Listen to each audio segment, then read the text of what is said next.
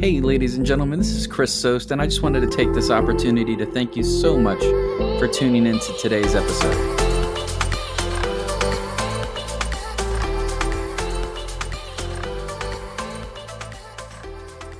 Hey, everybody, thanks for tuning in to another episode of the Gig Economy Lounge. Today, I really want to dive into a subject that doesn't really get talked about a whole lot, whether it be on social media or just in general, and I believe it's this thing called self-awareness.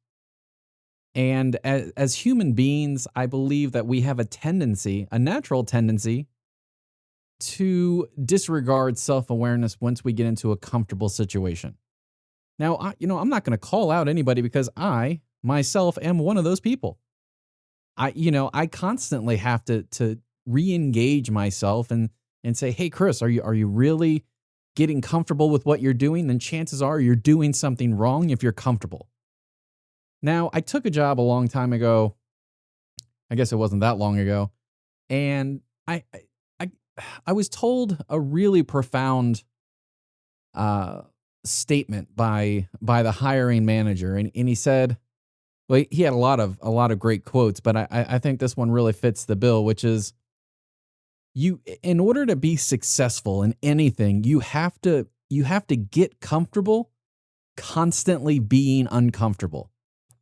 And once you're in a place to where you don't feel any kind of pressure or any kind of tension, then you're no longer growing, and you're stuck in a, whether it be in a space or a rut or whatever you want to call it. So today's episode is all about self-awareness in the gig economy.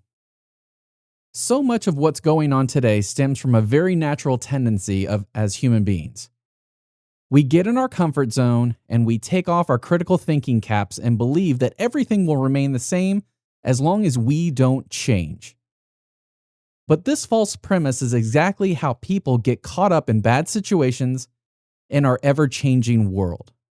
So, I would like to discuss how each of us can create action plans that help us adapt with any upcoming changes that are guaranteed to happen in the gig economy. I can tell you right now, driving for Uber now is completely different than driving for Uber in 2014. It is what it is, and guess what? Driving for Uber and Lyft will be completely different in 2023, pending we're still driving, than it is now, and than it was, in 2014. It's going to continue to evolve. The gig economy is so much bigger today than it ever was. Everybody talks about taking Uber back to the good old days, but yet everybody forgets, especially if you live outside the state of California. Back in 2014, 2015, 2016, Uber and Lyft were fucking it. That was the gig economy. Just Uber and Lyft. That's all you got. You go, you fucking pick up people and you drop them off. No Uber pool, none of this other stuff, outside of California. So, I think we often forget how much has come about. I think today I have the ability to drive for like 8 different platforms. Multitude of different services. It's not Rideshare.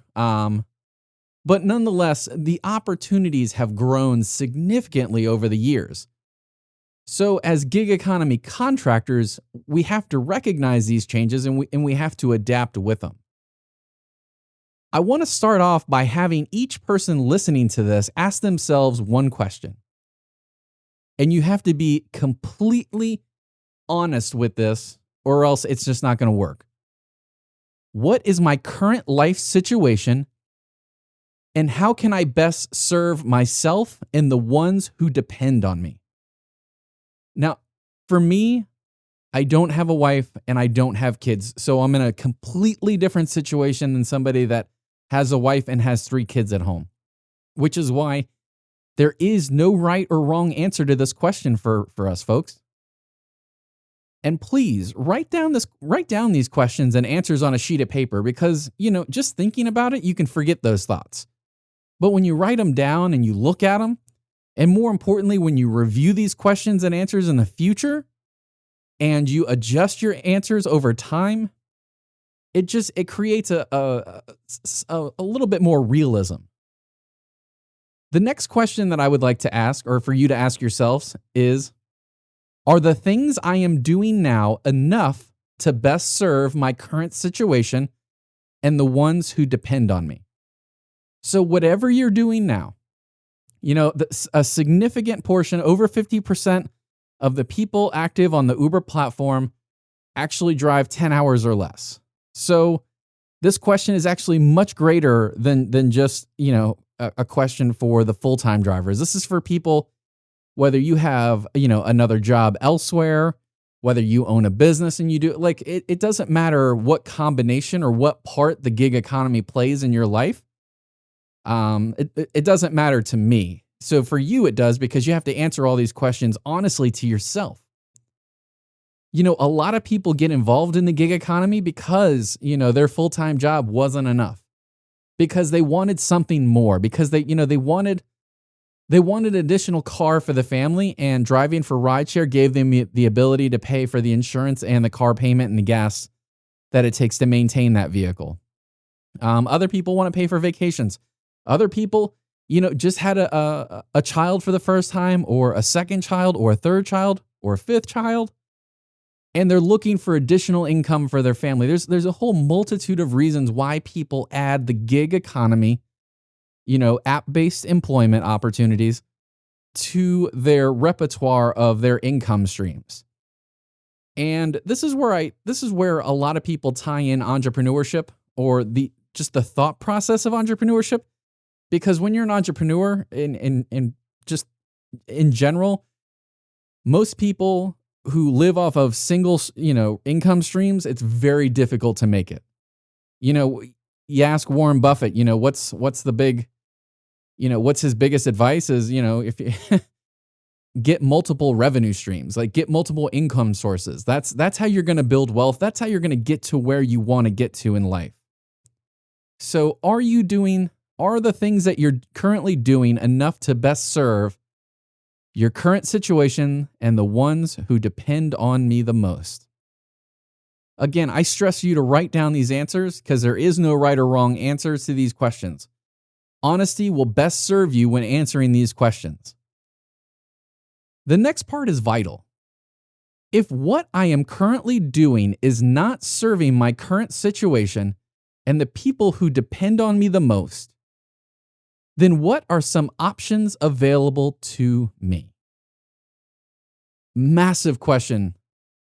I will stress, Google and social media, yes, social media will be your best friend when it comes to answering this question. Maybe you're figuring out that your current situation isn't conducive to what the gig economy is currently offering. But wait, Chris, I love what I'm doing. That's usually the comeback to that question. But I love what I'm doing. I love driving for Uber and Lyft. I love this aspect of the gig economy. I love this part. I love this part. I just don't like the financials. Well, that's a part of it, right? So there's always going to be trade-offs. Like, you don't get to fucking be happy and get like great pay by forcing your will upon another person. Like that just doesn't happen. Like that's the furthest thing from reality. There are always going to be trade-offs in this world.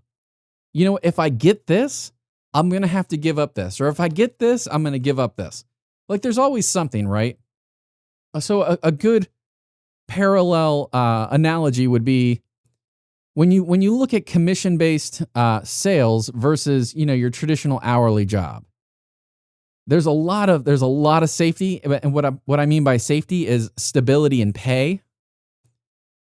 When you look at things by the hour. So if somebody pays you $15 an hour, for a lot of people, there's something in a person's brain where that clicks and it makes them feel comfortable. And that's just how your brain works, and how your current situation is. Like, hey, if you have a wife and 3 kids at home, $18 an hour guaranteed is a hell of a lot better than the potential to make, $5,000 to $8,000 a month, with the potential to also make $0 a month. So once again, this is going back to those questions. How you answer those questions is how you move forward. So if you want to continue to drive because you love what you're doing, I get it. I really do. So that's why I believe that if you love or like driving, then you will find options that will allow you to continue to drive, albeit on a more limited basis, while addressing your current financial and family needs. Your current financial and family needs go above, are more important than your wants. Like, I might want to be an NBA basketball star. It's what I want. But guess what? Like, I'm 5'10", I'm white. Chances are I'm not going to make it in the NBA. You know what I mean? Like, that's so you have to take into the reality. You have to take into account the reality of the world that you live in. So a wife and 3 kids is going to limit, what you can do in order to provide a stable family environment. This is nothing new, guys. This has been going on since the beginning of humankind. So let's get into some of the options that we have available to us. I'm going to start off by saying that there are more people being hired today into jobs, like traditional type jobs, than honestly, most people can remember in their entire life. Like, there's more jobs available. There's a lot of great things going on out there in terms of employment opportunities. Heck, the gig economy is growing. There's new opportunities every day. And it's not a matter if we want to accept that or not. That's just the way the world works. So maybe you take 2 hours every week and you work on your resume, and everybody says, "Oh, you don't want to put rideshare on your resume and da da da." Let me tell you something. As an employer, the way I look at and the way you can explain what rideshare gives you, there's tons of skill sets that you can say that rideshare has afforded you that translate into other businesses. Truly, it really does. You can highlight, it's going to sound really corny, but you can highlight your trip, the amount of trips that you've completed to, your star rating. Speaks volumes to customer service. If you're a dick as a driver, guess what? You're going to be rated bad. You're just a dick, so you're going to be rated bad. Whereas if you have some sort of customer service skills, you're going to have a higher rating. Maybe you just know how to kiss people's ass. Once again, higher ratings, customer service skills. Sometimes in a customer service environment, you have to kiss the customer's ass. Just has to happen. It is what it is. So, working on your resume, Google's free, guys. It's fucking free. Just utilizing Google, looking up how to best craft your resume, and then really custom tailoring, your job search to where you believe that your skills will be best served, and you'll garner the highest wages or the highest earnings or the highest upside potential. So maybe you're not the type of person who likes the stability of $18, $20 an hour. Maybe you like the upside potential of $5,000 to $10,000 a month in sales. Once again, this is something you're going to have to decide. And this actually leads right into the next one. So your first option is really crafting your resume and going after better paying jobs while you're continuing to do rideshare. So, nobody says to give up on rideshare. You just have to continue to look for better opportunities if rideshare is not meeting your current needs. More importantly, if you foresee your current situation changing, which it will, it may be best to start planning for it now. Don't wait until shit changes and then be like, "Oh, I'm fucked." Like, that doesn't make sense. But many people do that all the time. You can't see it right now, but I'm raising my hand because I am guilty of doing this at times in my life. And you know what? Looking back, that's the thing that frustrates me about me. is I knew something was changing at certain points and I failed to act on it. So my disappointment doesn't come at, Uber or Lyft. My disappointment comes at I didn't do something sooner. But hey, it is what it is, and I am where I am. So maybe traditional employment isn't for you. Maybe, you're an older person, and I truly believe that age discrimination is super real. I really do. I don't understand why. Mainly because a lot of these companies know that, the average shelf life of their employees. So to hire somebody that's, 2 years from retirement, I mean, honestly, that's no different than hiring a 17-year-old who's going to kick you to the side when he goes to work for, or goes to college, or any plethora of situations where somebody would quit. But moving past that, let's just say traditional means of employment aren't possible. We live in 2019, guys. There are literally people making decent money. I'm not even going to point out the upside. Yes, I am. There are people making 6 figures on the internet. Let me repeat that. There are people making 6 figures a year in internet-based businesses. No, they don't necessarily work for somebody else. There's things called drop shipping. Go ahead and Google it. You can become an influencer. If you have a passion for something, there is a place in the internet marketplace for you. People are drawn on social media platforms across all mediums, really digital mediums. People are drawn to people that are passionate about things. So, just a quick example, you look at somebody like Tony Robbins, right? Like huge motivational speaker. Like that's what he's passionate about, right? He's passionate about helping people succeed. Hence why he has a ton of followers, right? I mean, me personally, not a huge Tony Robbins fan. Like, love his message, I love his hustle, and I wish him boatloads of fucking success in everything that he does, but he just doesn't do it for me, right? I gravitate towards somebody like Gary Vaynerchuk, or don't hate me for this, I gravitate towards, Travis Kalanick. Like, if you hear a lot of the things that Travis Kalanick has talked about in the past, in terms, like a whole plethora of different innovations and technologies, guy's super smart, and like, he's got a lot of passion. And I actually, not to do a plug here, but I just posted on the Gig Economy Lounge Facebook page, Travis Kalanick's TED Talk, and I talk about how Uber's future will be brighter with Travis Kalanick actually a part of it, because I believe he's a better storyteller, and I believe he's a better visionary than the current CEO, Dara. But I also believe at the same time that Dara was a much needed change, because Uber needed to go to that next level, and Dara is the kind of person that can deliver the business side of going to the next level for Uber.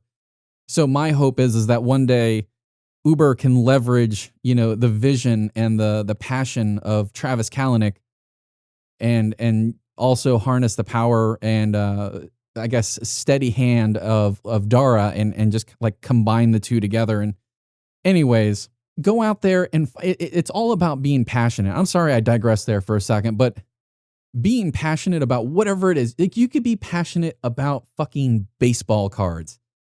Like, there are people out there that love baseball cards and will listen to you. And guess what?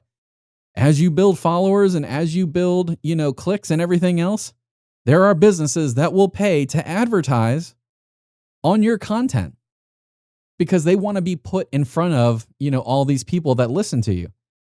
Well, maybe you're not passionate about something. There's drop shipping. You don't have to be passionate about, internet sales. You just have to learn the craft of how to leverage social media and Google Ads to drive traffic towards your drop ship sites. And bam, like you have instant internet sales with zero overhead and more importantly, zero inventory, because it's, you're basically selling other people's shit. So, if a traditional job isn't for you, you can find your way if you have an entrepreneurial spirit, if you will. I don't believe that the vast majority of people in the world are really cut out for entrepreneurship, but if that's what you really want and you're willing to eat shit and dig a ditch with your teeth, for as long as it takes to become successful, then entrepreneurship it will be for you, or it is for you.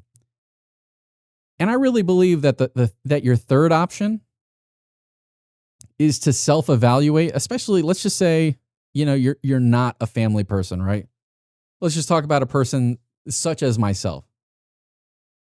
Now you have to do some self-evaluations on your lifestyle, right? So if you really, really like driving people around or delivering food or leveraging app-based companies, then maybe it's time to do some self-evaluations on your lifestyle, on your current expenses, and figure out where you can sacrifice there in order to continue to do what you love, which is, if it's rideshare, it's rideshare. And to add on that, if you're just doing Uber or you're just doing Uber and Lyft, just realize that there are tons more opportunities out there.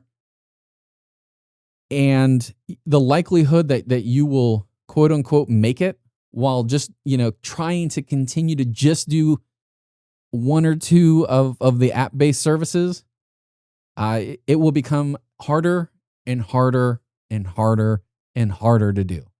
It's never going to get easier. Even if these laws pass, like the whole minimum wage law passes, guess what? Uber, it's not like everybody's having to pay up, the minimum wage. It's you're averaging at least minimum wage across all the platforms. So, if you're not in one of those states, be happy. I know I'm happy here in Florida. But leverage Bird, leverage Spin, leverage Lyft, leverage Uber, leverage Roadie, leverage Tackle.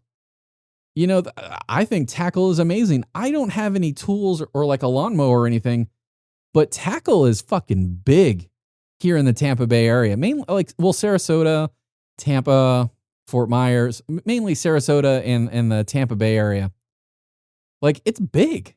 Like, if you've got the tools and like you can go out and make decent money doing side jobs. Like, hell, I seen like to clean a house, like a 4-bedroom house or a 3-bedroom house. Like, if you're a cleaner, like if you love cleaning your house, or if you're good at cleaning your house, they're paying like $120 to clean a house. Shit, even if it takes you, 3 to 4 hours to clean that house, you just made $120. All you had to do is drive to the location. You didn't have to schlep anybody around. Like, guys, there's fucking opportunities out there. And I just don't see, and this is where, a lot of people will start to disagree, but that's why I leave it towards the end of the episode, is there's tons of things that people can do without getting state regulators involved. Or I call them bureaucrats, whatever you want to call it, politicians. Like, I feel like there's always a market-based approach to solving problems. And it was really highlighted in a comment where the person disagreed and said that government force is necessary in order to make companies do this and that. But then they painted a picture of gig economy workers making decisions to either eliminate rideshare or transition out of rideshare or dial back the amount that they do rideshare and find new opportunities. And I just thought that even though he doesn't realize what he was saying, he was making an argument for a market-based approach, which is, if something isn't working for you, if you no longer find value in rideshare, then you've got to make the choices necessary to put yourself in a better place. Whether it's committing to, working on your resume and then committing to so many hours per week looking for or applying for jobs and doing interviews, or if it's, spending X amount of time every single day building your internet business or building your internet following, whatever it is, you've got to do what you've got to do. You've got a family, you've got a current situation, and you'll have future situations, and that will never end. So I hope that this episode provided some sort of light or value for you. If it did, I am super happy about that. And I just ask that, it would be cool if you gave me a little likey like or a little share. That's cool. Or even subscribe if you really like the content. And I hope you guys have an amazing week coming up. And just like I said, once again, thank you so much for listening.